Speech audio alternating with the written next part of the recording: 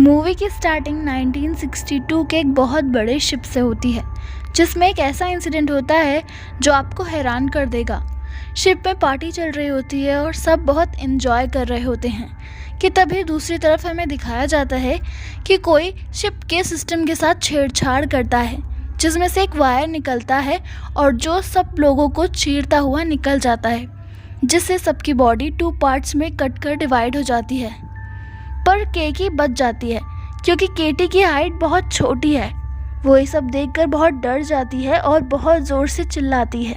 Film present में shift होती है, जहां सैल्वेज क्रू एक शिप का रेस्क्यू कर रहे होते हैं और उसे किनारे पर लाते हैं। इसके बाद वो क्लब में बैठकर अपनी सक्सेस सेलिब्रेट करते हैं कि तभी वहाँ जैक फेरी मैन आ जाता है, जो एक सर्विस पायलट है। जैक उन्हें एंटोनिया ग्राजा शिप के बारे में बताता है, जो बहुत सालों पहले गायब हो गया था। जैक उन्हें बताता है कि उस शिप में बहुत सारा गोल्ड है।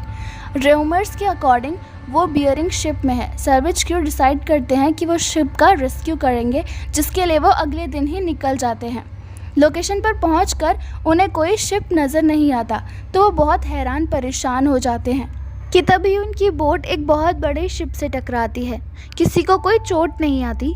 जैक और ग्रीक के अलावा बाकी सब शिप की तरफ जाते हैं। शिप के अंदर जाते ही उनके साथ बहुत अजीब अजीब चीज़ें होना शुरू हो जाती हैं। उन्हें एक साउंड सुनाई देती है। उसे फॉलो करते हुए वो एक क्लॉक के पास पहुंच जाते हैं, जिसका पेंडुलम हिल रहा होता है और उसमें से आवाज़ आ रही होती है।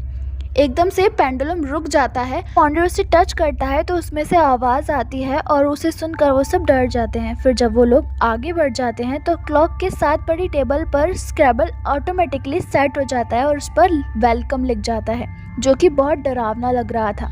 जब वो लोग आगे बढ़ रहे होते हैं कि तभी मॉन्टर के नीचे का फ्लोर टूट जाता है और वो गिरने ही वाला होता है कि तभी मॉरीन उसे पकड़ लेती है। मॉरीन उसे ऊपर खींचने की कोशिश करती है कि तभी उसे केटी दिखाई देती है और जब वो दोबारा देखती है तो उसे केटी वहाँ नहीं दिखाई देती है। फिर बाकी सब मिलकर उन दोनों को ऊपर खींच लेते हैं। फिर वो लोग दोबारा आगे बढ़ने लगते हैं। डॉर्च को तभी डिजिटल वॉच दिखाई देती है, जिसे देखकर वो काफ़ी हैरान हो जाता है, क्योंकि 1962 में तो डिजिटल वॉचेस थी ही नहीं। मर्फी इस बात को ये कहकर टाल देता है कि शायद हमसे पहले भी यहाँ कोई आया हो, और फिर वो लोग शिप का मैनुअल लेकर अपनी बोट पर आ जाते हैं। उसी रात जब मॉरीन अकेली होती है तो जैक उसके पास आता है। तब मॉरीन उसे बताती है कि उसने शिप पर एक छोटी लड़की को देखा था।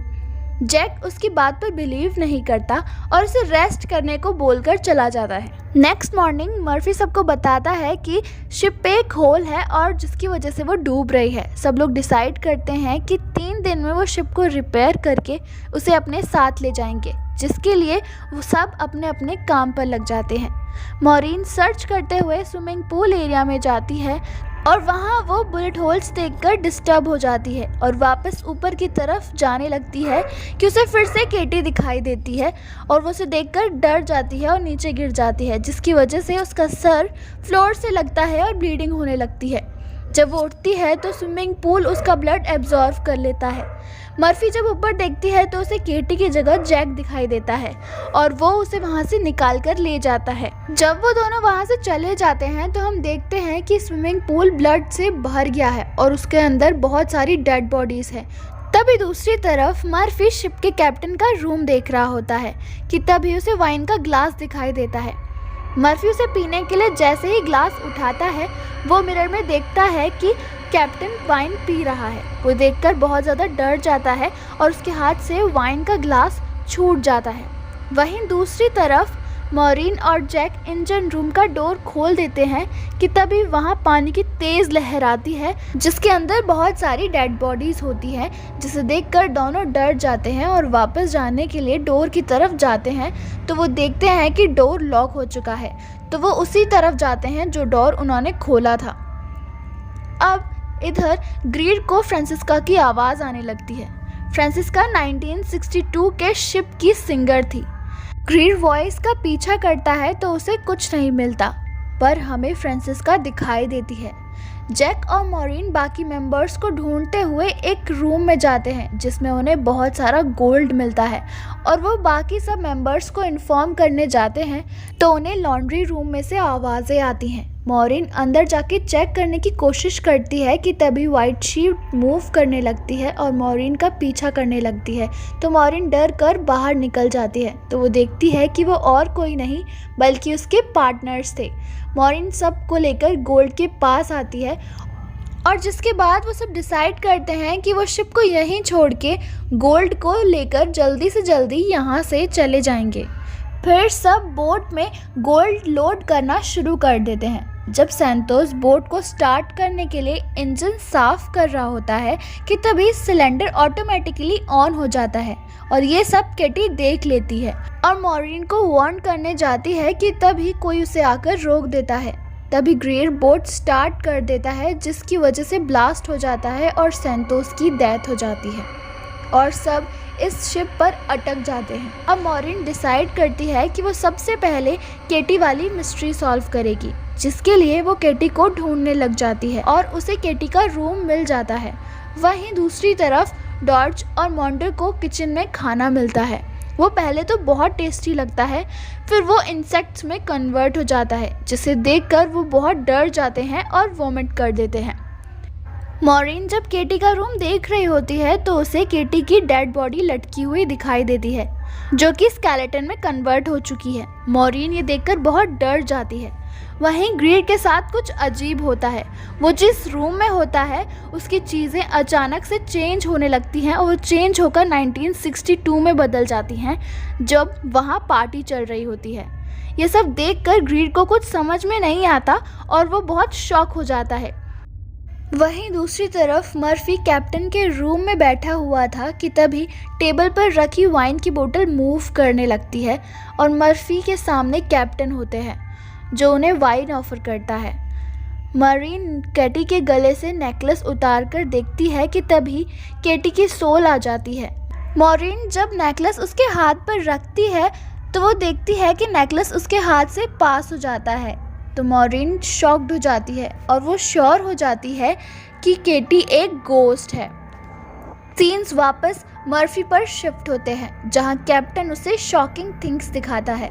मर्फी को पता चलता है एक लॉरेलाई शिप का, जिसका गायब होना एक मिस्ट्री है। उस शिप को एंटोनियो गाजा ने रेस्क्यू किया था और वो सारा गोल्ड भी लॉरेलाई शिप का था। जिस दिन एंटोनियो गाजा ने लॉरेलाई शिप का रेस्क्यू किया था, ठीक उससे 2 दिन बाद एंटोनियो गाजा गायब हो गया। कैप्टन मर्फी को एक पिक्चर दिखाता है, जिसे देखकर मर्फी शॉक्ड हो जाता है। वो पिक्चर किसकी थी ये आपको आगे पता चलेगा। केटी मॉरिन को बताती है कि वो और इस शिप पर बाकी सबकी सोल्स बंधक हैं और कोई भी यहाँ से तब तक बाहर नहीं जा सकता जब तक कि जो ये सब कर रहा है उसका कोटा पूरा ना हो जाए। इससे पहले केटी और कुछ कहती, रूम की वॉल में कुछ आना शुरू हो जाता है और केटी बहुत डर जाती है और केटी मॉरिन को वार्न करती है कि जल्दी से जल्दी शिप छोड़कर चले जाएं और तभी केटी गायब हो जाती है और उसकी चीखें सुनाई देती हैं। मर्फी अब सब जान चुका था और वो मॉरिन को ढूंढता है ताकि वो इस शिप से निकल सके, लेकिन तभी उसे सैंतोस की जली हुई बॉडी दिखाई देती है, जो उसे बहुत डराना शुरू कर देती है। वहीं दूसरी तरफ ग्रीर को फ्रांसिस्का की सोल बहकाना शुरू कर देती है और अपने पीछे आने पर मजबूर कर देती है और जब ग्रीर फुल्ली उसके कंट्रोल में आ जाता है तो वो उसे टॉप से नीचे फेंककर मार देती है। मॉरिन मर्फी को ढूंढते हुए उसके पास आती है। मर्फी को मॉरिन भी सैंतोस के जैसी लगती है, जिससे सैंतोस समझ के वो उस पर अटैक कर देता है।